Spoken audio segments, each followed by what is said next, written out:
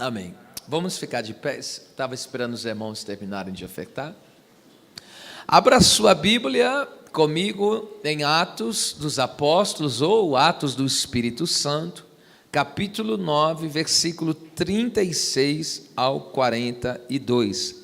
O tema da mensagem é ressurreição, a igreja que crê e vive milagres. Diz assim o texto sagrado: e havia em Jope uma discípula chamada Tabita, que traduzido se diz Dorcas. Dorcas é gazela ou corça, aquele animalzinho. Esta estava cheia de boas obras e esmolas que fazia. E aconteceu naqueles dias que, enfermando ela, morreu, e tendo-a lavado, a depositaram num quarto alto, ou no cenáculo. E como Lida era perto de Jope, ouvindo os discípulos que Pedro estava ali, lhe mandaram 2 varões, rogando-lhe que não se demorasse em vir ter com eles, ou seja, orar para que ela ressuscitasse. E levantando-se Pedro, foi com eles. Quando chegou, o levaram ao quarto alto, ou cenáculo, e todas as viúvas o rodearam, chorando, e mostrando as túnicas e vestes que Dorcas fizera quando estava com elas. Mas Pedro, fazendo-as sair a todas, colocou-se de joelhos e orou. E voltando-se para o corpo, disse: Tabita, levanta-te. Olha a cena. E ela abriu os olhos, ou seja, ressuscitou. E vendo a Pedro, assentou-se. 41. E ele, dando-lhe a mão, a levantou e chamando os santos. Santos é uma referência à igreja. E as viúvas apresentou-la viva. E foi isto notório por toda a Jope. E muitos creram no Senhor Jesus. Amém? Obrigado, pode ocupar o seu assento.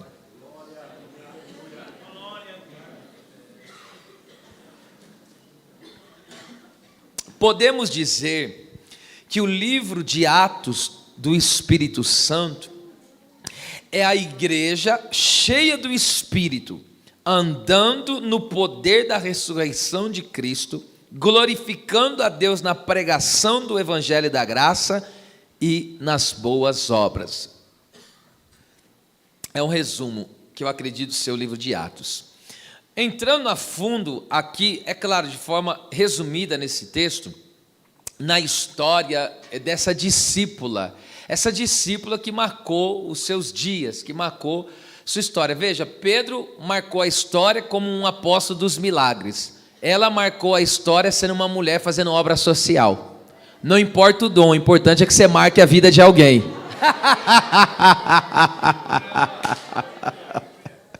Aleluia. Está escrito: e havia em Jope uma discípula chamada Tabita. Vamos começar aqui. O que é discípulo? Discípulo é aquele que pertence a Cristo e reflete o seu caráter. Tudo aquilo que a pessoa aprende de Cristo, que ele viu de Cristo, agora ele passa a replicar isso, ele passa a viver isso. Primeiro, o verdadeiro discípulo não foge do seu chamado, mas dá muito fruto. Foi para Jope que Pedro desceu, fugindo do chamado para ir a Tarsis. Deus falou: vai para Nínive. O que ele fez? Desceu a Jope, fujão. Então o verdadeiro discípulo não foge do chamado de Deus. Deus te chamou para uma vida plena de salvação. Deus lhe chamou para fazer a sua vontade, não fuja disso. Porque fugir do chamado de Deus é bater cabeça, é se perder, é se lascar. É isso. Por que eu digo? Porque Jonas, quando fugiu do chamado de Deus, ele diz que ele viveu uma situação infernal. E quem está dizendo isso é o texto. Ele falou: eu fui parar no ventre do inferno. Então, fugir do chamado é antecipar o inferno na vida. E também sofrer consequências graves. Por quê? Paulo, o Saulo de Tarso, o texto diz que quando ele fugia do chamado, que Jesus chamava ele tanto para a salvação como para a obra, para pregar o evangelho, para ser um instrumento de honra. E ali o texto diz que Jesus aparece para ele e falou: dura coisa é para ti recalcitrar contra aguilhões. É uma linguagem própria da época, onde aqueles boi bravo e rebelde não obedeciam o seu dono, e aí eles começavam a dar coice, só que ele tinha na mão um ferro pontiagudo. Cada vez que ele dava coice, se feria, se machucava. Então Deus, o Senhor Jesus, nosso Deus, está dizendo para Saulo: até quando você vai ficar se machucando? Até quando você vai ficar dando, como diz nosso ditado, murro em ponta de faca, só se ferindo? Então, fugir do chamado de Deus, não esqueça disso, que é uma palavra forte. Fugir do que Deus te deu para você fazer é antecipar o inferno, é viver o inferno na sua vida e passar a viver uma dura ferida, um duro golpe na sua vida. Então, não fuja do chamado, seja um discípulo verdadeiro. Deus te chamou para dar fruto, mais fruto e muito fruto. Glória a Deus. Segundo ponto, isso aqui também é muito importante, e quem tem caneta, eu, se fosse você, anotava, porque senão não guarda. Os 5 verbos do discipulado. 5 verbos do discipulado que ninguém pode esquecer. Eu estou baseando isso em Filipenses 4:9, que ele fala: aprendestes, recebestes, ouvistes, vistes em mim e fazei. Olha quais são os 5 verbos do discipulado: aprender, receber, ouvir, ver e fazer. Esses são os 5 verbos do discipulado. E eu falo resumidamente. Primeiro, aprender. Lucas 11:1. Olha o que os discípulos falou: ensina-nos a orar. Então nos ensina a ter uma vida de comunhão com o Pai. Nos ensina a viver uma vida espiritual relevante, uma vida regrada, uma vida disciplinada, uma vida que vale a pena ser vivida nos ensinamentos de Deus. Então nós temos que primeiro aprender. Segundo, receber. O discípulo, ele não aprende, ele também recebe. Recebe o quê? Ele recebe as ordenanças do Senhor. No Novo Testamento, Deus nos deu duas principais ordenanças. Quais são elas? Batismo e Santa Ceia. São 2 ordenanças que Cristo nos deu. E nós, como os discípulos dele, temos que seguir: batismo e Santa Ceia. O batismo fala de quando a pessoa, ela creu na palavra, ela creu no Evangelho, ela nasce de novo pela fé, ok? Ela é salva, a graça de Deus se manifesta e pela fé ela toma posse disso. E agora, em testemunho de que ela é salva, o que ela faz? Ela cumpre essa ordenança de Jesus. Ela desce as águas do batismo. Esta palavra aqui é uma palavra totalmente comprometedora para quem não é batizado nas águas. Se você é um discípulo, pretende ser um discípulo de Cristo, você tem que colocar isso no seu coração, você tem que urgentemente descer as águas do batismo, mas é claro, primeiro vem a fé, depois vem o batismo. O batismo é só uma consequência de uma fé em Deus. Jesus disse assim: ide por todo mundo, fazei discípulos, batizando em nome do Pai, do Filho e do Espírito Santo, porque a pessoa, quando nasce de novo, esse é o nome que ela carrega, o nome de Deus sobre a sua vida. E assim nós somos chamados, conhecidos como o povo que se chama pelo nome de Deus. Qual é o nome de batismo seu? Você carrega o nome do Pai, do Filho e do Espírito Santo. Esse é o seu novo nome, da nova vida. Você carrega o nome do Senhor, Deus dos céus. E a segunda ordenança é a ceia. Veja 1 Coríntios 11:23, Paulo falou: o que eu recebi do Senhor? Então a Santa Ceia, olha que lindo, a Santa Ceia é uma ordenância. Quando eu não estou apto a ceiar, porque quem não desceu as águas não pode ceiar, porque ceiar está em comunhão com Jesus Cristo, é estar em intimidade com Jesus Cristo, é passar a viver em união espiritual com Cristo. E de forma simbólica e memorial, nós na ceia estamos dando testemunho de fidelidade ao Senhor, ao ceiar. E Jesus falou: quem não come do meu corpo e não bebe do meu sangue, está longe de mim, não tem parte comigo, mas e pelo contrário, aquele que come e bebe, eu ressuscitarei no último dia. Está vendo só que coisa tremenda? Então, você que está aqui nessa noite também, pastor, eu já desci as águas, mas agora voltei para o pecado, voltei que nem um porco volta para a lama, eu estou todo arrebentado, estou todo sujo. Então você precisa hoje se consertar. Você precisa se alinhar e voltar a cumprir essa ordenança de ceiar na mesa do Senhor. Terceiro verbo do discípulo, aí do discipulado. Não esqueça, primeiro prender, segundo receber, terceiro ouvistes. Estes ouvistes aqui fala do Sermão da Montanha, que vai do capítulo, em resumo, do capítulo 5 ao capítulo 7. Jesus pegou ali, sentou no nos montes das bem-aventuranças, melhor dizendo, e começou a ensinar o povo, e o povo começou a ouvir, uma multidão sendo ensinada, e ele começa a dizer: bem-aventurado os pobres de espíritos. O que significa ser pobre de espírito? Felizes os que reconhecem que depende de Deus. Pobre é alguém que reconhece a sua miséria espiritual e que em tudo você depende de Deus. Em resumo, é o que Moisés falou: não saio daqui sem a tua presença. O que Moisés foi ali? Pobre de espírito, porque ele reconheceu que depende totalmente do Senhor Deus. E ali no Sermão da Montanha, Jesus nos ensinou muitas outras coisas, nos ensinou acerca de fazer as coisas corretas, sem hipocrisia, de não julgar pela aparência, antes de julgar alguém, ver primeiro como está a nossa vida. Jesus nos ensinou acerca das disciplinas espirituais. Quando você jejuar, não fica com aquela cara de quem está mostrando para todo mundo que você está jejuando, mas lava o teu rosto, entra no teu quarto, fecha a porta e ora o teu Pai em secreto. Ele nos ensinou o quê? Ele nos ensinou a não sermos ansiosos. Tudo isso o discípulo de Jesus tem que viver, porque ensinamento é o que ele ouviu do seu mestre.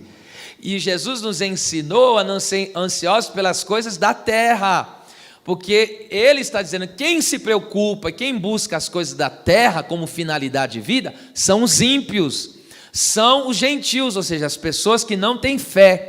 Mas aí o Senhor Jesus, o vosso Pai sabe o que vocês precisam, o vosso Pai sabe o que vocês necessitam, mas buscai primeiro o reino de Deus.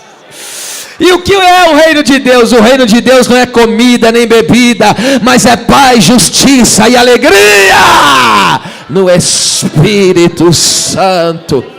Então, quando você busca viver uma vida que honra a Deus, uma vida espiritual, o resto vai ser consequência. Deus nunca vai deixar você padecer necessidade. Ponha isso na sua cabeça, ok? Então, tudo isso os discípulos de Jesus têm guardado no seu coração. Ele não vive para amontoar tesouros na terra, mas vive para amontoar tesouros nos céus. Aleluia! Nos olhos dele tem brilho, porque os olhos são a candeia do corpo. Eita, como é bom falar de Jesus. Quarto verbo aí do discípulo, vistes. Vistes, Jesus nos ensinou dando o exemplo. João 13,15 diz: eu vos dei o exemplo. E qual foi o exemplo que Cristo nos deu? Todo o exemplo. Nos deu o exemplo de humildade, de serviço, de amor ao próximo, de sujeição, de obediência. De sujeição, porque Jesus era sujeito aos seus pais terrenos, a Maria e seu padrasto José. O texto diz: ele era sujeito, Jesus obedecia os seus pais. Entende? Então, todo o exemplo que Jesus nos deu, então, como Jesus se comportou diante da sociedade? Então, do jeito que ele se comportou, como que ele se comportou diante dos homens, diante da sociedade? Ele deu sempre testemunho de boa confissão, diante de Herodes, de Pilatos. ele respeitou as autoridades, e etc, ok? Então nós devemos seguir todo o exemplo de Jesus Cristo. E o quinto e o último, agora você fazei. Então, o discípulo de Cristo coloca em prática tudo que aprendeu, tudo que recebeu, tudo que ouviu e tudo que viu da parte do Senhor, ele passa a colocar em prática. Tá vendo só o que é ser discípulo de Jesus? Desanima não, hein? Ele dá graça. Vamos lá. Essa discípula era chamada Tabita. Tabita é gazela, ou corça, ou cervo. É aquele animalzinho. Eu não gosto dessa palavra, não sei porquê, veado. Veado é o animal, mas eu prefiro corça, gazela, né? Esse animal fala pelo menos, no mínimo, duas coisas. Primeiro, fala de crentes preparados para a guerra. No Brasil usa-se pejorativamente, né? Mas, biblicamente falando, este animal fala do crente preparado para a guerra. 1 Crônicas 12:8 diz que os da tribo de Gade eram homens valentes, ligeiros como a corças sobre os montes. Então, veja só, eles eram preparados e ágeis, eles tinham agilidade na guerra. E detalhe, andar em monte é fácil? Não, mas eles tinham pés ligeiros para andar nos montes. O que é isso? Não havia obstáculos para aqueles guerreiros. Estou tão feliz hoje, meu Deus. Então significa ter a capacidade de percorrer terrenos montanhosos, difíceis, com facilidade, e mover-se rapidamente em batalhas, surpreendendo os inimigos. Os inimigos colocam barreiras, eles colocam obstáculos, mas você, como um discípulo de Cristo, como uma corça, o que você faz? Você tem os pés ligeiros para a guerra. Eita meu Deus, quando o inimigo vem por ali, você já está por lá. É Deus te dando essa destreza. E sabe quem era assim? Davi era assim. 1 Samuel 17:48, quando veio o gigante, eu fico impressionado. O texto diz que ele se apressou e correu em ir para a batalha. Quando? Porque o Golias estava acostumado com o quê? Com o povo amedrontado, correndo, dando as costas e se escondendo. E olha só o que é ter os pés ligeiros como a corça, é surpreender o inimigo. Então o que Golias estava esperando? Ele vai correr, ele vai se amedrontar, mas Davi não correu, nem se amedrontou, nem fugiu. Ele se antecipou, ele se apressou. Aí quando Davi foi, surpreendeu o gigante e ele caiu por terra. Deus está te dando esta unção. Você não está pegando não. Você tem vivido grandes batalhas, grandes guerras. Você vai surpreender este inimigo. Olha lá, Deus está te dando agilidade, destreza nessas guerras aí. Segundo, a corça, só vou falar de duas, tá? A corça fala de pessoas que desejam profundamente a presença de Deus. Seja um discípulo corça, irmão. Pronto para a guerra, ligeiro na guerra. Eita Deus. E ainda, anela, suspira pela presença. Quem diz isso é o salmista, 42, 1 e 2. Assim como a corça anseia, anela, suspira pelas correntes das águas, assim suspira a minha alma por ti, ó Deus. A minha alma tem sede de Deus, do Deus vivo. Sabe por que a corça tem sede? Olha como que ele faz a comparação, é poético. Assim como a corça anseia pelas correntes das águas. Porque, segundo alguns entendidos, a corça ela exala um cheiro profundo de carne.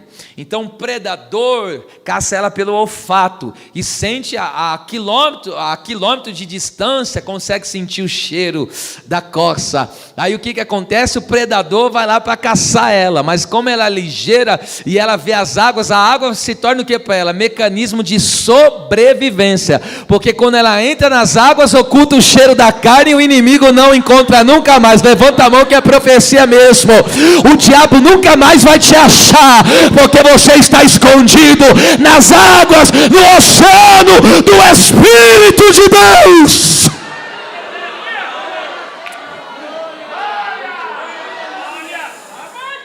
Eita Deus. E o que significa anelar pela presença, ter sede da presença? Alguém vive sem beber água? Oh meu Deus. O discípulo não vive sem Jesus. Tem um louvor que diz assim: eu não sei o que seria de mim sem Jesus. Eu nem penso nisso. Não dá nem para pensar, irmão. Não dá nem para pensar. Tem um louvor bonito que chama assim: o que seria de mim sem ti? Eu não quero nem pensar. Porque tudo foi feito por Ele. E sem Ele, nada do que foi feito se fez. Sem Ele, nada. Então o que seria de mim sem Jesus? Que é nada. Nada é o que não existe. Sem Jesus, perde-se o sentido da existência. Logo, anelar, ter sede da presença do Senhor Jesus, é alguém que encontrou em Cristo o propósito da existência. Qual é o propósito da existência? Jesus. Tanto aqui na terra, ele vive para quê? Para Jesus. E na vida vindoura, qual que é o propósito de ele existir na vida eterna? Qual é o propósito de ele ter a vida eterna? Jesus. Para que você quer ir para o céu? O que te leva, o que te faz desejar o céu? É Jesus. Então, aqui na terra, o que faz a vida valer a pena? Jesus. A verdadeira felicidade se chama? Vamos fazer mais bonito? Eu vou perguntar e você responde, mas bem forte, com voz de trombeta. A felicidade é quem? Levante uma das mãos e dê um glória, bem graúdo. Para Cobachere Cantarácia.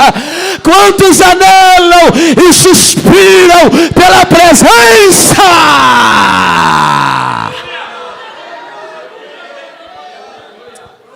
Aleluia.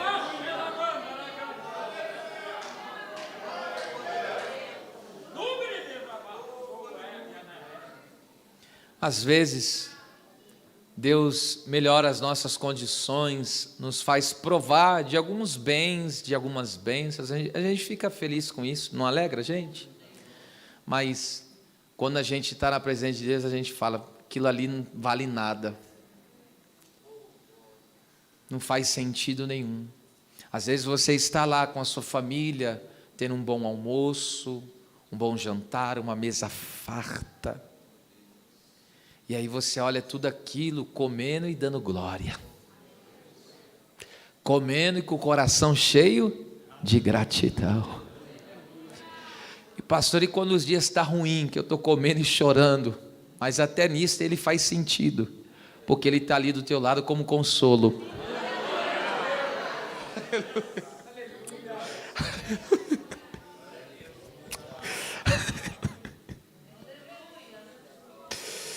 Aleluia. É Ele. Nada faz sentido sem Ele. No pouco ou no muito, é Jesus que dá sentido. Eu poderia ficar só por aqui. Poderia, mas vamos adiante. Essa discípula fervorosa, ela estava cheia. Eita! Ela está, eu gosto disso, hein? Cheia. Este é o estado em que um discípulo de Cristo deve viver, cheio. Esse é o estado. Estado você pode estar ou não estar. Agora, ser é algo imutável. Por exemplo, a pessoa é alta, ninguém pode mudar isso, ele é alto, ok? Ele é baixo, é ser, ele é. Então não tem como mudar. Ser não muda. Agora, estado sim. Então, por isso que eu estou dizendo que, até parece que isso é alguma coisa de português falando assim, né?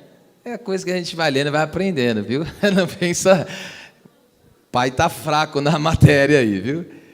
Mas vamos lá. Então, cheio aqui é em oposição ao vazio. Então, esta mulher era uma discípula fervorosa, ela estava cheia. Então, eu repito, esse é o estado que o discípulo de Jesus deve viver. Ele tem que ser cheio. Acima de tudo, tem que ser cheio do quê? Cheio do Espírito Santo. Ser cheio do Espírito Santo, primeiro, é ser controlado por Ele. É ter uma vida controlada pelo Espírito. Efésios 5,18, enchei-vos do Espírito. E esse enchei-vos do Espírito é ter uma vida de gratidão, ter uma vida de louvor a Deus, ter uma vida de sujeição, saber desenvolver cada papel desta vida no controle do Espírito, ser um bom esposo, uma boa esposa, um bom pai, uma boa mãe, um bom filho, um bom patrão, um bom empregado. A presença do Espírito Santo é quem nos capacita a desenvolver cada papel desta vida. Segundo, ser cheio aqui do Espírito Santo é controlado. Segundo, capacitado, quando diz em Isaías 11:2, e repousará, eita que repouso lindo, repousará sobre ele o Espírito do Senhor, o Espírito de sabedoria e inteligência, o Espírito de conselho e fortaleza, o Espírito de conhecimento e temor do Senhor. Aí Deus nos ensina como viver, como resolver, como decidir cada situação da vida também. E por último, esse ser cheio aqui é ser controlado, capacitado e revestido de poder. Porque em Atos 2, quando diz que todos foram cheios, encharcados com o Espírito Santo, é sinônimo de que eles receberam poder do alto. E o texto diz em Atos 10, 44 e 46, e o Espírito Santo caiu sobre todos os que ouviam a palavra e falavam línguas e magnificavam a Deus. Em Atos 19, 6, quando Paulo colocou a mão na cabeça de 12 crentes ali em Éfeso, o texto diz que eles foram batizados com o Espírito, falavam línguas e magnificavam ao Deus Todo-Poderoso. Então, pelo amor de Deus, não aceite ter uma vida vazia, não aceite ser um crente que não adora, que não louva, que não glorifica, que não fala mistérios com Deus. Pastor, mas ainda não sou batizado com o Espírito Santo. Vai ser, continua crendo, continua perseverando, continua desejando que Deus vai te dar. Não aceite passar um culto sem sentir a graça de Deus, sem se envolver com o poder de Deus, sem contemplar a grandeza de Deus. Mas tem culto que eu chego, pastor, eu não sinto nada. Eu também não, mas a questão não é sentir, é crer que Ele está, é crer que Ele está, é crer. O crente não sente para fazer, ele faz porque crê. Aleluia, glória a Deus, amém. Agora, ela estava cheia do quê? De boas obras. Isso aqui é tão lindo, hein, gente? O que é boas obras? Vou resumir aqui no significado da palavra grega, que é agathos. É a disposição de fazer o bem aos outros de forma generosa. Vou repetir. É a disposição de fazer o bem aos outros de forma generosa. É fazer de bom coração, não de mau grado. É fazer de forma excelente, coisas que excedem aquilo que é útil e saudável. Eu tenho que repetir. É fazer de bom coração, de forma excelente, aquilo que é útil e saudável às pessoas. O que é boa obra? Tudo aquilo que você faz de bom coração, com disposição, de forma excelente.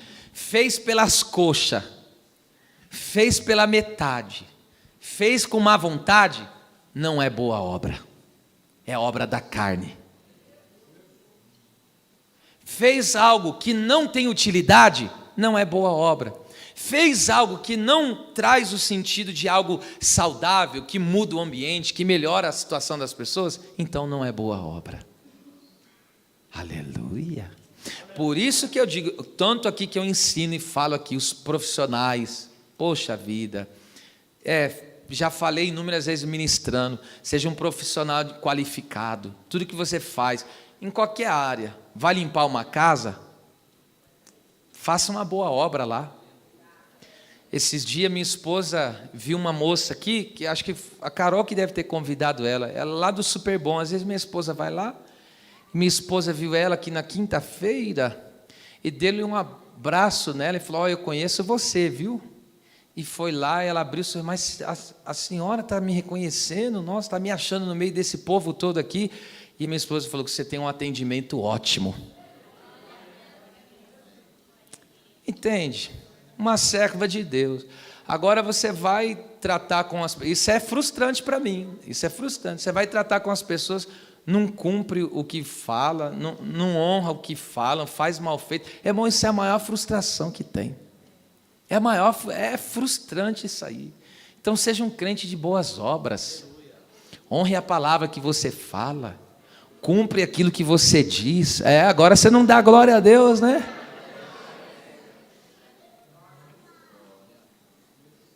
E a coisa mais nojenta que tem é quando você liga e a pessoa desliga o telefone ainda. E foge, em vez de dar uma satisfação. Ó, não deu, tá? Seja honesto, seja crente de verdade. Fazer boas obras é refletir o caráter de Cristo. Atos 10:38 está escrito: olha só, como Deus ungiu a Jesus de Nazaré com o Espírito Santo com poder, o qual andou fazendo bem. Pera lá. Foi ungido com poder para fazer o bem. Olha lá, foi ungido com poder para fazer o bem. Você foi ungido com o quê? É o Espírito Santo que te ungiu? Você foi ungido pelo Espírito Santo? Porque quem é ungido pelo Espírito Santo é ungido para fazer o bem e não o mal. Se você anda fazendo mal, aí essa unção não vem de Deus. Pode ser de qualquer outra pessoa, menos de Deus. Porque como Deus ungiu a Jesus de Nazaré com Espírito e com poder, e andou fazendo o bem. Quem tem a unção de Deus faz o bem e não o mal, jamais. Jesus disse para fazer da mesma maneira que o bom samaritano fez. Lembra Lucas 10, do 30 ao 37? Isso é uma boa obra.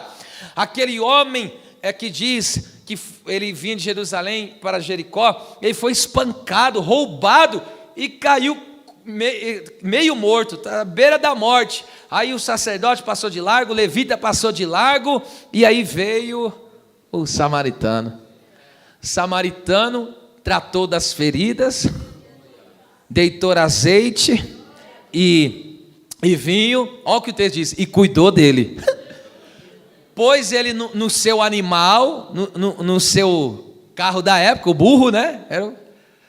Eu fico pasmado. Às vezes tem gente que sabe que o irmão mora perto da onde ele mora, não tem coragem de dar uma carona. Aprenda a fazer boa obra. Eu já sofri muito com isso. Na época, no começo da minha caminhada, eu morava 6 quilômetros da igreja. 6 quilômetros. Era 6 para ir, 6 para voltar. Estou arredondando, era 5.700. Irmão, tinha vez que, nossa, eu não aguentava minhas pernas, queimava. Não tinha sapato que durava na minha vida. De tanto que coloca aí, irmão, 12 quilômetros que você vai ver o que é. Parecia um pirulito, só tinha cabeça, vivia magro. Nos jejum de 3 dias também, andando para cima e para baixo, sem comer e sem beber. Era assim, filho. Aí era engraçado que os irmãos passavam assim. Irmão, os irmãos passavam e ainda dava com a mão. Vaso! Vaso, não me leva por quê? Mas nunca reclamei nem murmurei não, meu irmão. Fui dando glória a Deus e isso faz parte da minha formação espiritual. Aprendi a não depender de ninguém. Não quer estender a mão, vou fazer do mesmo jeito. Não morri por aquilo. Não fica se apoiando em ninguém. Ninguém ajuda. Problema de quem não ajuda. Faça a sua parte e Deus será glorificado na sua vida. Então a gente tem que aprender a fazer boa obra. Aí, olha só que coisa tremenda que é fazer boa obra. Vocês estão aqui e já foram embora. Essas coisas mexem com o nosso viver. Eu sei como é que é. Aí ele pegou, colocou no animal dele, ainda levou para a estalagem. Pagou a diária dele e falou: e se ele precisar gastar algo além, na volta eu te pago. Aí o doutor da lei pegou, e Jesus falou para ele: agora você pega e faz a mesma coisa. Então Jesus nos chama para fazer isso, fazer essas boas obras. Eita Jesus! Agora, esse aqui olha, eu estou impactado com essa palavra dessa moça. Deus me deu essa palavra terça-feira, quando eu orava aqui à tarde. Ela fazia, ela era cheia de boas obras e esmolas que fazia. Esmolas aí significa misericórdia em ação. É o ato de caridade em auxílio a alguém. Olha que coisa profunda. Ananias e Safira morreram por reter os recursos. Lembra Atos 5, do 1 ao 10? O texto diz que eles venderam um terreno e guardaram metade do valor e falou para Pedro, está aqui o valor inteiro. Aí Pedro falou, por que Satanás encheu o coração de você de reter essa parte? Porque aquele dinheiro seria para a obra de Deus e para sustentar os necessitados. E aí Pedro falou, por que você deixou Satanás encher o teu coração? Você não mentiu contra homens, você mentiu contra Deus. O que aconteceu com ele? Ele morreu. Logo a esposa dele, que sabia do caso também, não denunciou, como ela apoiou o marido no erro, também ela morreu. Porque, veja, ela ficou viúva só 3 horas. 3 horas só demorou a viuvez dela, porque aí ela chegou depois de um tempo, e o negócio, você estava sabendo? Estava, então morre também. Pedro já falou e morreu. Agora, olha que coisa tremenda. Quando Ananias e Safira morreram, eles foram enterrados na hora. Está no texto. E foram enterrados na hora. Veja quando Tabita morreu, o que fizeram? Enterraram ela? Você vê que coisa violenta? Já vou explicar esse mistério. E por que não enterraram ela? Eu repito, Ananias e Safira morreram por reter os recursos financeiros. Agora Tabita ressuscitou debaixo da promessa da generosidade. Você vai entender o poder hoje da generosidade. Isso é muito violento. E você que tem caneta aí, anote. Anote, você que tem a caneta, dá o teu jeito. Eu libero até o telefone para você anotar aí agora. Salmo 41, versículo 1 ao 3. Olha só isso aqui. Escute. Ser dizimista e ofertante é viver as delícias do céu. Quem diz isso é Malaquias 3, do 10 ao 12. Deus fala que através do dízimo, ele vai abrir as janelas do céu e derramar uma bênção tal. É uma bênção que não tem tamanho. Vai repreender o devorador, e ele falou, vos chamarão uma terra deleitosa. O que é uma terra deleitosa? Prazerosa, satisfeita. Olha só, fala a verdade, quando você vive uma satisfação daquilo que Deus tem feito na sua vida, você não está insatisfeito, você fala, meu Deus, que situação. Não, você está satisfeito com o que Deus está fazendo. Então, ser dizimista e ofertante é ser uma terra assim, de delícias. Agora, escute isso aqui, agora que está, ser generoso é ser abençoado na terra. Ser generoso, estender as mãos aos outros, ser dizimista e ofertante é viver as delícias do céu. Agora, ser generoso às pessoas é viver a bênção de Deus na terra. Eu vou falar aqui, eu estou impactado com esse texto, 6 promessas sobre os generosos, está aqui, Primeira promessa sobre os generosos. Bem-aventurado é aquele que atende ao pobre. Sabe o que significa a palavra bem-aventurado? Significa muito feliz, extremamente feliz. Então a Bíblia está dizendo que aquele que estende a mão para as pessoas necessitadas é uma pessoa feliz. A pessoa que é generoso, é generosa, a pessoa, né? É generosa, ela desfruta de uma alegria extrema, porque o próprio Jesus falou, e Lucas escreveu essas palavras, e Paulo as citou, Atos 20, 35, está escrito, mais bem-aventurada coisa é o quê? Dar do que receber. Em Provérbios 19, 17 diz, que aquele que dá ao pobre, empresta para Deus. E eu digo para você, Deus fica devendo alguma coisa para alguém? É por isso que quando Jesus fala no reino dele, só vai entrar no reino dele o quê? Aquelas pessoas, ele fala, tive preso, fosse me visitar, eu tive com fome, me deste de comer, tive frio, me deste para aquecer. E aí alguém vai dizer, mas quando que fizemos isso? Quando vocês fizeram a uma dessas pessoas, fizeram a quem? Fizeram para mim. Então essas obras sociais é você ver Jesus na vida das pessoas. Ah, meu Deus, e viver bênçãos maravilhosas do céu. Aí tem gente aqui bobinho, mas quanta petição. Amado irmão, é uma oportunidade que você está tendo de mostrar a sua generosidade e viver esta alegria, essa felicidade. Aí aquela pessoa que é mão fechada, uma terra seca, ele só sabe reclamar. Ele não está reclamando porque ele está assim porque ele é um reclamão. Porque, olha só, O Senhor, segunda promessa da generosidade. Isso aqui é promessa, ó. O Senhor o livrará no dia do mal. Olha o que Deus está dizendo, aquele que atende necessitado, Deus o livrará no dia do mal. O que é o dia do mal? É aquele dia que Josafá bateu a guerra contra a vida dele, veio 3 reinos contra ele. Esse é o dia mau, é a dia da luta aguda que você está passando, que você não sabe o que você vai fazer, portas fechadas, você não tem recurso, você não tem força. Esse é o dia mau. Só que no dia mau, Deus está dizendo que o generoso, o que Deus vai fazer com ele no dia mau? O Senhor o livrará no dia do mal. Vai estar lá passando a situação, Deus vai lá estender a mão sobre ele. Por quê? Porque um dia ele estendeu a mão para o necessitado. E veja, naquele momento, Deus ali surpreendeu Josafá, ele ficou 3 dias recolhendo bênçãos. Terceira promessa sobre os generosos. Isso aqui é tremendo. O Senhor o livrará e o conservará em vida. Olha só, gente do céu, esse livrará e conservará, eu tomo só por uma questão. Livrar o quê? Não é a pessoa sair, é Deus que vai tirar ela. É Deus que vai arrancar ela daquela luta. Não é ela que vai sair com as forças dela, não é ela que vai sair com os recursos dela, é Deus que vai dar, é Deus que vai arrancar. E o conservará em vida. Olha o que Deus está dizendo, a generosidade traz longevidade. Pessoas que são generosas vão viver mais. Vão viver mais e como? Vão viver com qualidade de vida. Não é simplesmente viver, aí você fala, vive todo estrunchado, arrebentado. É qualidade de vida. Vamos lá, 4ª promessa sobre os generosos. Oh meu Deus do céu. 4ª promessa está aí, ó, esse mesmo verso, ó. 2, será abençoado na terra. Isso é promessa sobre os generosos. Eles vão ser abençoados na onde? É aqui na terra, vão desfrutar de uma vida abençoada aqui na terra. E o que é ser abençoado pelo Senhor? Números 23, o 20 e o 23. Se levantou Balaque, contratou Balaão e falou, amaldiçoa esse povo. Ele falou, Deus abençoe e ninguém pode revogar. E ele falou, contra o povo de Deus não vale encantamento e nem adivinhação. O generoso está debaixo das bênçãos do Senhor, e a maldição não vai chegar na tua vida, a maldição não vai bater na tua porta, porque quando a maldição vir bater na tua porta, a bênção vai abrir a porta e vai dizer, aqui essa casa já está abençoada, essa família já está, ah meu Deus, meu Deus,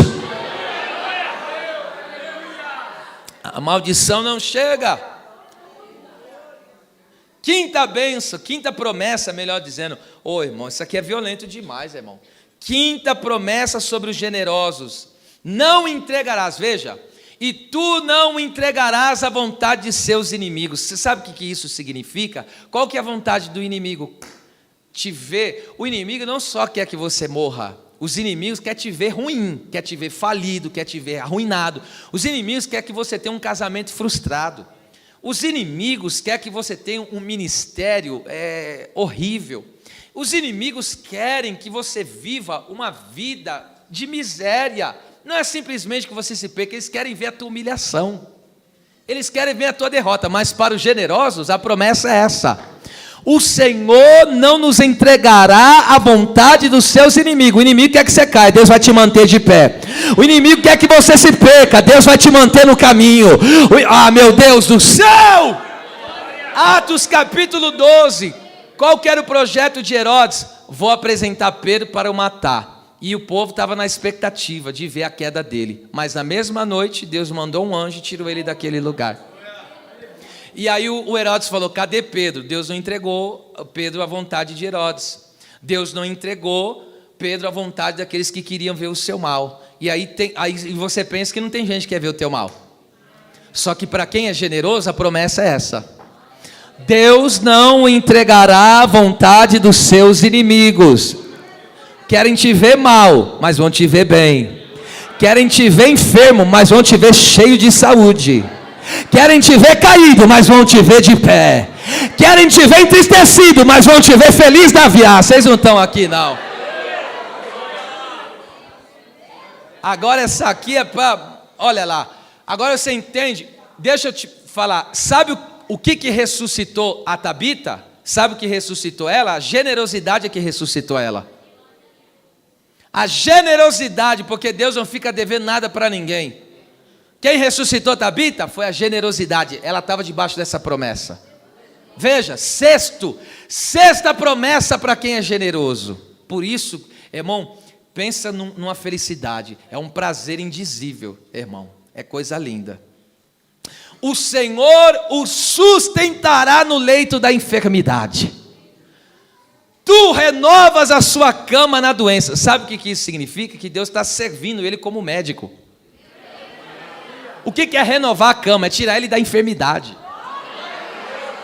A Tabita morreu, mas ela estava debaixo de uma promessa de generosidade. E Deus está dizendo que Ele sustenta no meio da enfermidade, generosos, e ainda renova, vai ter saúde. Deus está dando saúde para a sua igreja.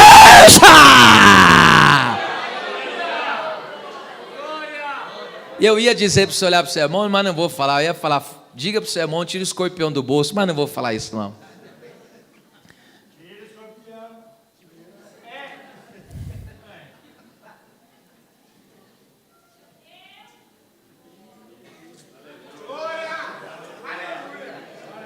Alguém disse, ninguém é pobre demais que não possa oferecer nada para ninguém, e ninguém é rico demais que não possa receber.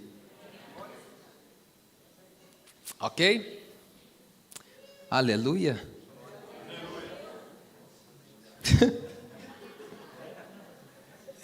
Falei de generosidade, ficaram tão quietinhos. Pensei que vocês iam pular, iam levantar a cadeira em cima do banco. Pensei que vocês iam sapatear, falar em línguas. Meu Deus, fui surpreendido agora.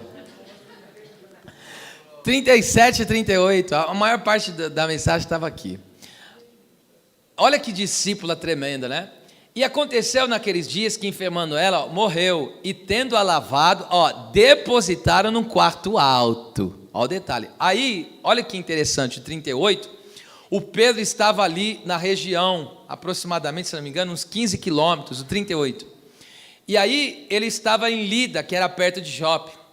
Olha só, quando os irmãos ficaram sabendo que Pedro estava lá, em vez de enterrar ela, não, vamos colocar ela no quarto alto. E chama o Pedro para quê? Para orar por ela. Ô irmão, sabe o que eu aprendo com esse texto aqui? Essa atitude da igreja demonstra que os irmãos tinham fé e uma mentalidade de milagres.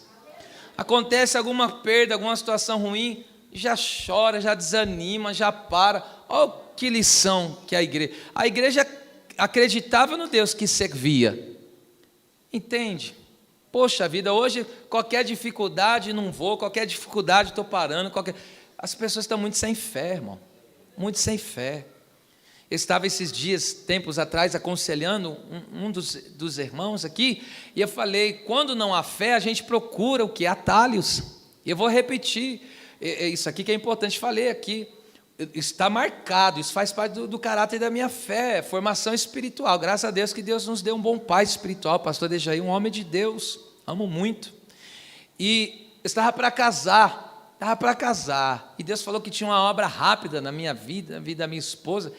Irmão, se voltasse eu e ela de ponta cabeça, não caiu uma moeda de 50 centavos. E aí, fomos pela fé, saímos marcando tudo. Casei lá no civil, no cartório. Aí eu cheguei e falei para ele assim, pastor, nós casamos no civil, mas não vamos fazer festa não, porque estamos sem dinheiro. Ele olhou assim para mim, bravo, sabe? Fechou aquela feição, aquele rosto bonito dele, de homem de Deus. Ele é um velho bonito. E ele pegou assim, olhou assim, você não tem fé não, é? Pode pedir perdão, que você pecou, viu? Você pecou contra o Espírito Santo. O mais difícil Deus te deu, que é o civil, e você acha que Deus não vai te dar um casamento, não? Rapaz, na hora, irmão, na minha simplicidade eu estava pecando contra Deus com a minha falta de fé, irmão. Porque eu estava criando um atalho. Porque pela minha falta de recurso, em vez de eu colocar a minha fé em ação, o que eu fiz? Eu quis fugir do problema. Eu quis facilitar a minha situação. Mas um homem de Deus me ensinou a colocar a minha fé em ação. Morreu, enterra logo de uma vez, desiste logo de uma vez, é fácil. Agora, para quem tem uma mentalidade de milagre, para quem tem fé, lava e vamos ver o que Deus vai fazer aqui nesse lugar. Para de criar atalhos, meu amado. Pare de criar atalhos. Por isso que eu sou uma pessoa assim, porque é assim que eu fui formado, assim que eu aprendi. Então, quando eu vejo alguém com muita desculpa, eu já dou logo umas lapadas lá. Eu falo, para de vergonha, toma vergonha nessa sua cara e põe a sua fé em ação. Mas estou sem, não tem. Uma vez, meu pastor vivia nos cultos falando isso aqui, muitos criticavam ele. Tu não tem uma oferta para ofertar a Deus, seu pessoa sem fé. Você não tem nenhuma moeda para ofertar a Deus. E às vezes as pessoas olhavam e ficavam assim. Mas ele estava estimulando as pessoas o quê? A confiar, a depender de Deus, irmão. E muitos não entendiam. Por quê? Porque é mais fácil você dizer que não tem. É mais fácil você dizer, esperar as coisas melhorarem. Agora outra coisa é você se posicionar. Outra coisa é você fazer que nem Jesus. Pega o teu anzol, lança lá no mar e pega o primeiro peixe e a moeda vai estar lá na boca dele lá. Então Deus quer mudar essa mentalidade medíocre nossa. Qualquer coisa para, qualquer coisa desiste, qualquer coisa desanima. Pare com isso. Isso já está cansando já. Pare com isso. Seja um crente de verdade, de fé. Olha lá, que coisa tremenda. Precisamos ouvir a palavra de Deus com fé. Irmão, Atos 14, eu quero ler esse texto, do 7 ao 10. Olha que coisa linda. Nós precisamos ouvir a palavra de Deus com fé naquilo que estamos ouvindo. E ali Paulo e Barnabé pregavam o evangelho, anunciavam a Cristo. E estava sentado em Listra certo varão, leso dos pés, coxo desde o seu nascimento, era doença congênita, o qual nunca tinha andado. Olha que lindo agora. E este ouviu falar, Paulo, falar o quê? O evangelho, pregar o evangelho, que fixando nele os olhos, vendo que tinha. Quando eu olho para alguns rostos, eu tenho um desespero. A gente está pregando aqui, está bocejando, não dá, irmão, não dá. Está vendo aqui, fixando neles os olhos e vendo que tinha fé para ser curado. Paulo pregava, ele estava lá, eu estou crendo nisso aí. Paulo pregava, ele estava, eu creio nessa palavra, eu aceito essa palavra. Aí Paulo olhou e falou, receba essa palavra profética. E diz em voz alta. Por que ele diz em voz alta? Porque a mensagem da fé fala mais alto do que os problemas. A mensagem da fé fala mais alto do que as dificuldades. A vola cala séria. E disse em alta voz, levanta-te direito sobre os teus pés. Ele não só levantou não, ele saltou e andou. Nunca tinha andado, e você sabe que a pessoa que nunca andou tem que aprender a andar. Mas Deus já fez a obra, foi por completa. Porque quem tem fé, Deus não só vai dar o carro, Deus vai dar o combustível, Deus vai dar a habilitação, Deus não só vai dar casa, vai dar condição de manter. Deus só não vai trazer, vai salvar, vai descer as águas. Meu Deus do céu! Diga, a fé fala mais alto, diga forte, com as duas mãos levantadas, por favor, e diga gritando, diga que nem Paulo em voz alta, diga bem forte, a fé fala mais alto. Andarabachanda canda lavassúria, amachere caço, abacanta labachéria. Essa luta está gritando, a fé tem que gritar mais alto. Oh meu Deus, Deus está dando, eu repito, Deus está dando para a igreja fé e uma mentalidade de milagres. Porque aqui não era só o pregador Pedro que cria em milagre, a igreja cria em milagre, o povo cria em milagre. Porque às vezes a gente está aqui pregando milagre, tem gente só com os olhos de coruja esperando acontecer e não tem fé coisa nenhuma. O ministro está aqui pregando, falando, ele está lá, será que vai fazer mesmo? Será que vai acontecer? É assim que fica a incredulidade.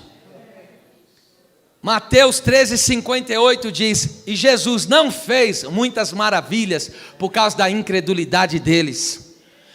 O texto não diz que Jesus não pôde fazer. Coloca aí, Mateus 13:58. O texto não diz, Jesus não pôde fazer, ele pode tudo que ele quiser.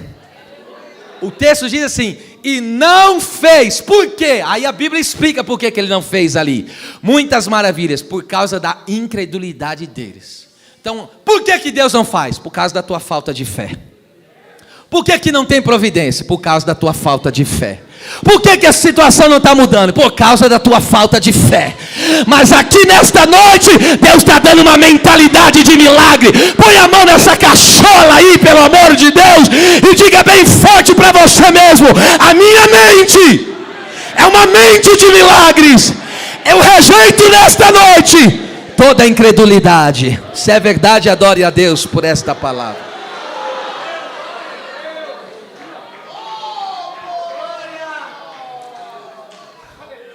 Eu tenho que crer na palavra de Deus, na palavra que o Senhor me falou. Em João capítulo 14, versículo 12 ao 14, Jesus falou: em verdade vos digo, se vocês crerem em mim, vocês farão as obras que eu fiz, e farão maiores obras do que estas, porque eu vou para meu Pai. Mas tudo quanto vocês pedirdes em meu nome, eu farei. Tudo quanto pedirdes em meu nome, eu farei. Tudo que pedirdes em meu nome, eu farei. Tudo que pedires em meu nome, eu farei. Para que o Pai seja glorificado no Filho. É você orando e o Pai fazendo. É você orando e o Pai fazendo a obra. Aí ele diz assim: se pedires alguma coisa em meu nome, ele enfatiza: eu farei. E tem hora que a situação é tinhosa, viu? Você luta uma vez, ela vem com mais força. É ou não é? Você luta uma vez, ela quer ficar brava e fala: quero ver se ele aguenta mesmo. Filho, a guerra é de fé. E aí que você põe um joelhão velho no joelhão velho, não, novo. Você coloca esse... calejado, obrigado. Você coloca esse joelhão calejado lá e vai guerreando e vai falar: essa incredulidade não vai me vencer, essa dúvida não vai me vencer, porque o meu Pai é poderoso, o meu Pai é glorioso, o meu Deus é tremendo. Eu vou viver milagre, eu vou viver milagre, eu vou viver as maravilhas do meu Deus.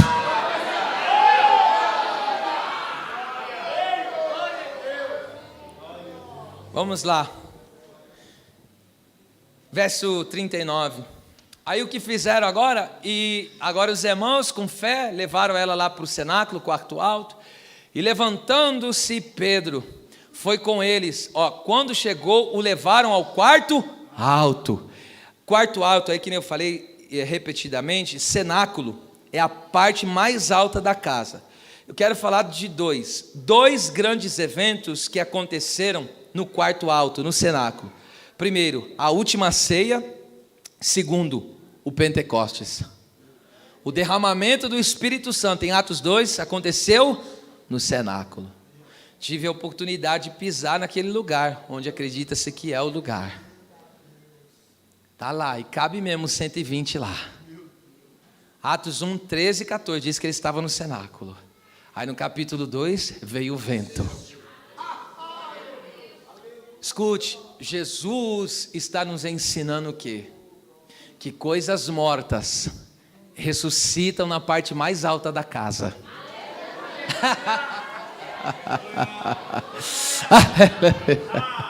Eu repeti: coisas mortas ressuscitam na parte mais alta da casa. Eu vou dar um segundo para você pensar nessa palavra enquanto eu tiro esse paletó aqui que está...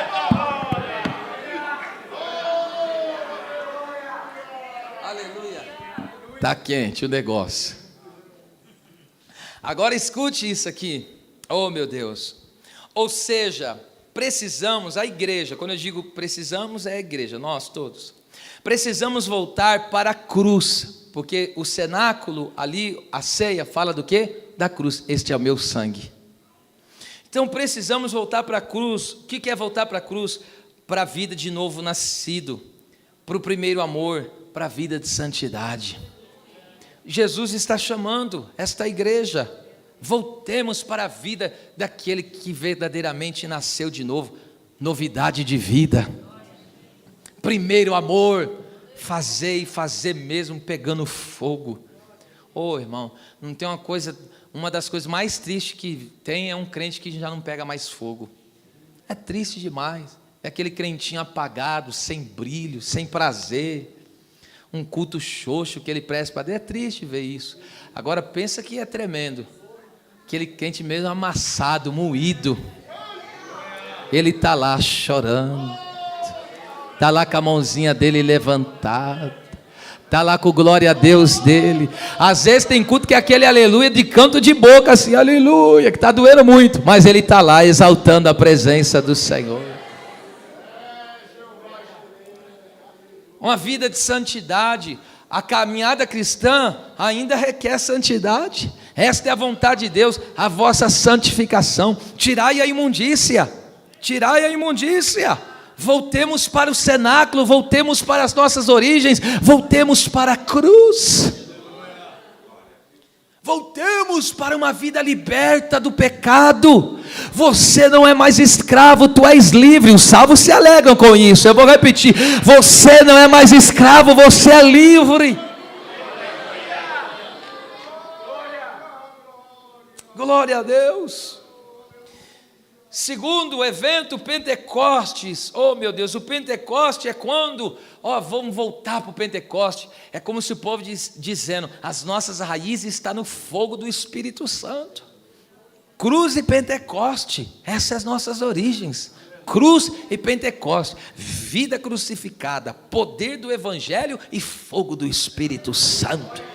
Fogo santo, porque Jesus Cristo falou, João Batista na verdade pregou, eu batizo com água, mas aquele que vem após mim é mais poderoso do que eu, ele vos batizará com Espírito Santo e com fogo. Quantos gostam de queimar na presença de Deus?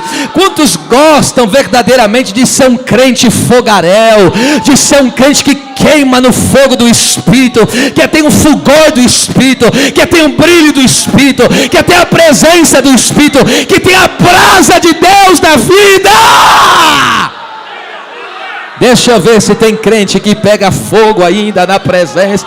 Vem para o cenáculo, vem para o cenáculo, lugar aonde as coisas revivem.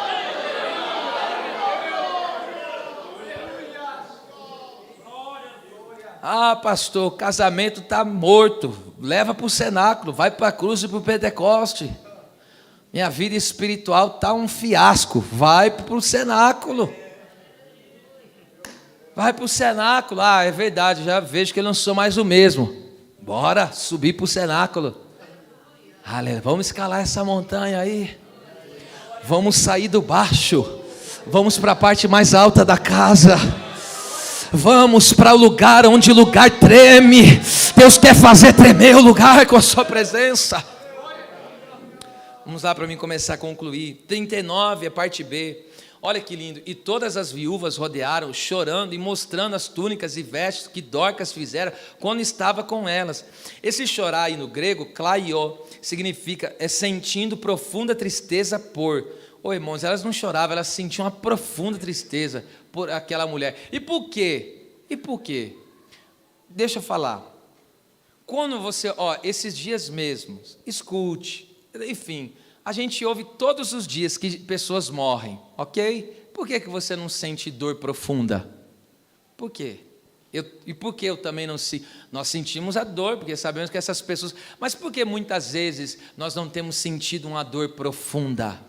De ouvir que certas pessoas morrem. Por quê? Sabe por quê? Porque essas pessoas não fizeram diferença nenhuma na nossa vida. E aí a gente não sente tanto. Por quê? O que você vai sentir não fez diferença na minha vida? Eu vou sentir o quê? Agora entende por que essas mulheres choravam?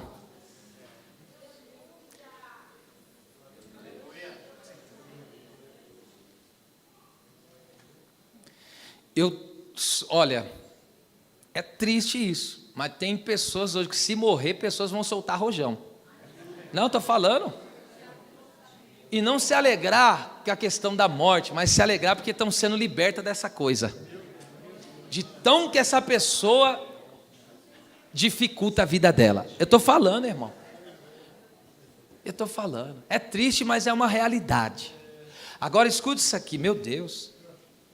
Isso mostra o impacto real. O que é real? Dia a dia, concreto e espiritual, que a Tabita exerceu na vida dessas pessoas.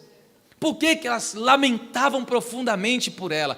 Olha o impacto que a Dorcas, olha o impacto que essa moça, com uma agulha na mão, ela conseguiu impactar pessoas. Pastor, mas como que alguém pode impactar alguém com uma agulha? Sendo cheio do Espírito Santo. Ela fazia túnicas, ela fazia lá os crochês, os mistérios, mas ela fazia com unção, irmão. Fazia com amor, irmão. Ah, que coisa tremenda é essa. E aí eu falo, como tem gente que vive uma vida opaca. Eu estou falando diante de Deus. Às vezes tem pessoas aqui que vivem uma vida tão apagada que se morrer a gente nem sabe que morreu, irmão. Estou falando, estou sendo sincero. Você fala, nem sabe, porque vive uma vida totalmente desconecta. Uma vida totalmente insípido. Nem adoça, nem salga. Não aquece, nem refrigera. Oh, irmão. Eu estou falando com tristeza no meu coração, isso que eu estou falando. Não pense que eu tenho o prazer de falar isso, não. Teve gente que já veio a mim e falou, está saindo, quase que eu falei, meu Deus, que alegria. Não, eu estou falando de verdade. Era tão problemática, linguaruda, que nunca mudava de vida, que eu não falei nem outra coisa. Eu falei, Deus te abençoe, vá em paz. Nem relutei. Por quê? Era um impacto mais negativo, irmão. Como Estevão morreu, Atos 8:2, nossa, esse cara tão quieto agora. Atos 8:2, fizeram grande pranto sobre ele. Quando Estevão morreu, o povo não chorou, fez um grande pranto. Por quê? Porque ele é um homem que trazia um impacto espiritual na vida das pessoas. Aí você fala, eu não sou nada. Será que você não tem mais do que uma agulha? Será que você não consegue influenciar alguém, pelo menos com agulha? Faz um bolo de cenoura e leva na casa da pessoa. Ou de fubá. Alguém gosta de bolo de fubá aqui?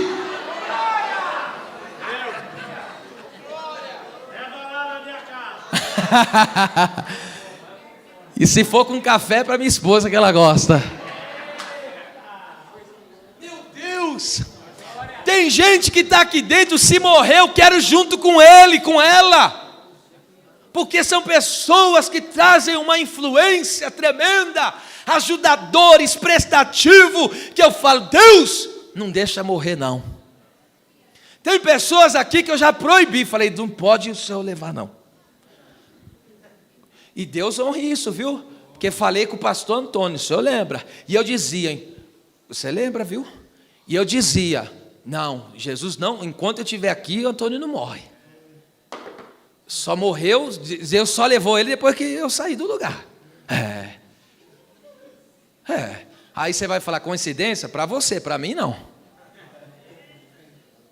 E eu falo para Deus mesmo, tem pessoa aqui que não pode morrer. Você não pode morrer. Porque você vai trazer um choro muito profundo aqui para esta obra. Você não pode morrer. Pessoas como Dercy, estou falando de algumas, Cidinha, meu Deus do céu.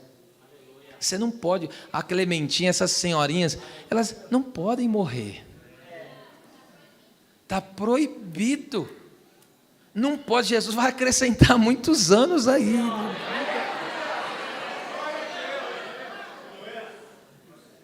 Pessoas, olha só, coisa linda. Essas cãs brancas, irmã Eunice, até a Chile, tá vendo? Você tem o teu nome, tá vendo? Você já está chegando, já está fazendo a diferença, já, tá vendo? Ela nem sabia que eu sabia o nome dela, mas eu sei.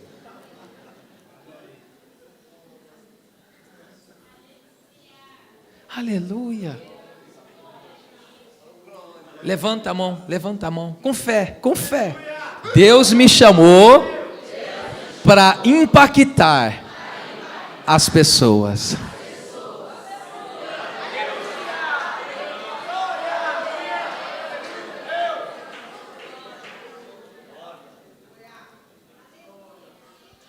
Aqui só não vou saber o nome dos visitantes, saiba disso, viu? Mas do resto eu sei de todos aqui. Pastor conhece, faz a fila e eu chamo um por um aí. Como? Sei lá, é Deus que faz essas coisas aí. Escute, que o reflexo do caráter de Cristo em nossa vida vem impactar outras pessoas. Porque a questão não é nós que impactamos, nós somos o reflexo do caráter de Jesus Cristo. Ai, meu Deus. É verdade. Oh, irmão, é verdade. Eu tenho um prazer de servir a Deus ao lado dos senhores. Tenho um prazer de verdade de todo o meu coração. Agradeço a Deus por esse púlpito que Deus tem dado aqui. Não digo isso para orgulho não, mas para louvor e glória de Deus. Meus irmãos que servem a Deus com alegria, com temor a Deus, com respeito. Aqui não tem inveja, não tem disputa. Aqui cada um sabe esperar o seu tempo, o seu momento. Aleluia. Dá prazer em servir a Deus com pessoas. Você é especial, você é importante. O diabo tem colocado na sua cabeça que você não vale nada. Não, você está em Cristo, agora você tem valor. Você é uma bênção. Você é instrumento precioso.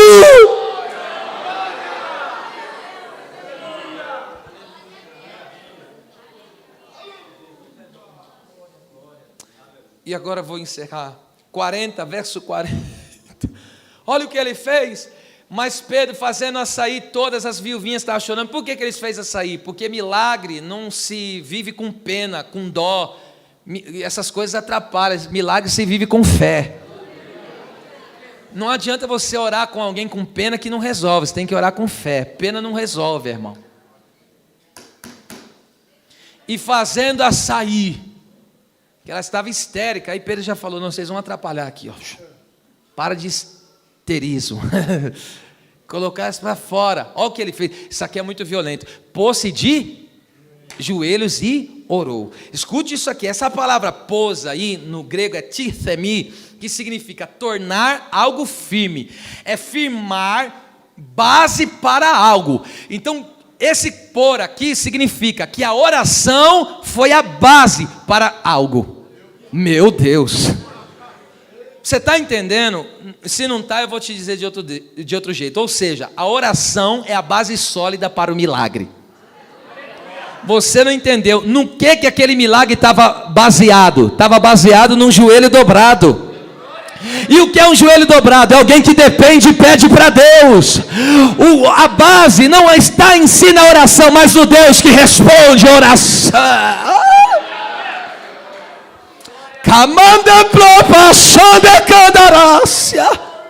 Sabe qual é a base da transformação da tua casa, da tua família? Sabe qual é a base? Teu joelho dobrado. Constrói o que você precisa construir. Em qual base? Joelho no chão. Colocou uma base sólida e se dobrou.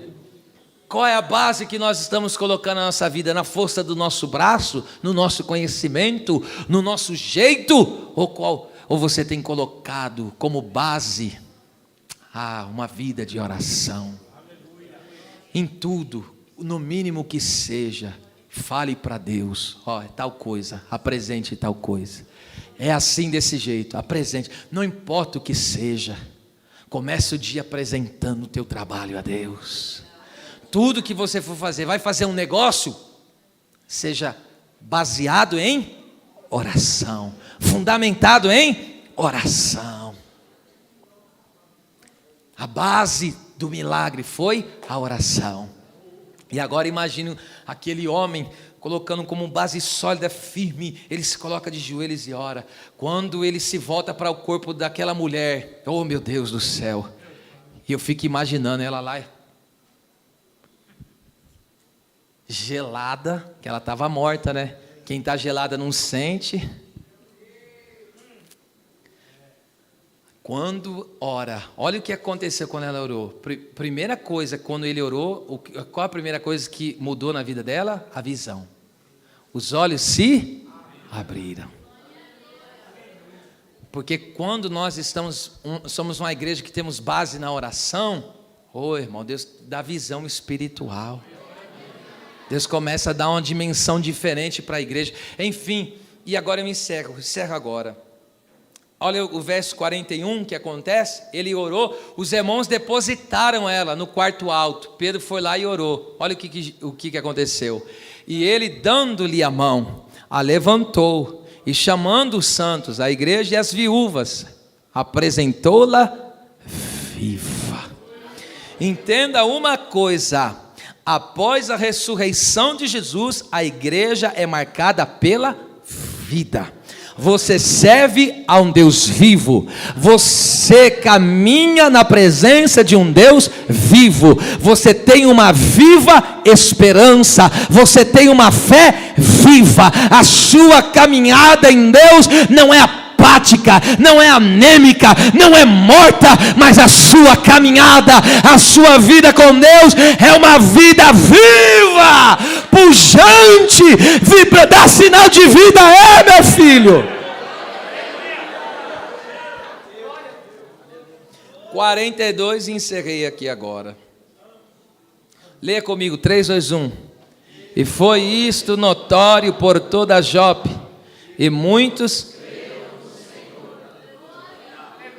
O milagre serviu como porta para que as pessoas fizessem o quê? Crescem no Senhor. Então tudo que Deus faz aqui, primeiro, para a sua glória, segundo, para alcançar os perdidos, as almas. E agora, quem puder anote. O milagre produz fé e leva à conversão, não fama para os homens. O que Deus faz não é para trazer fama para os homens.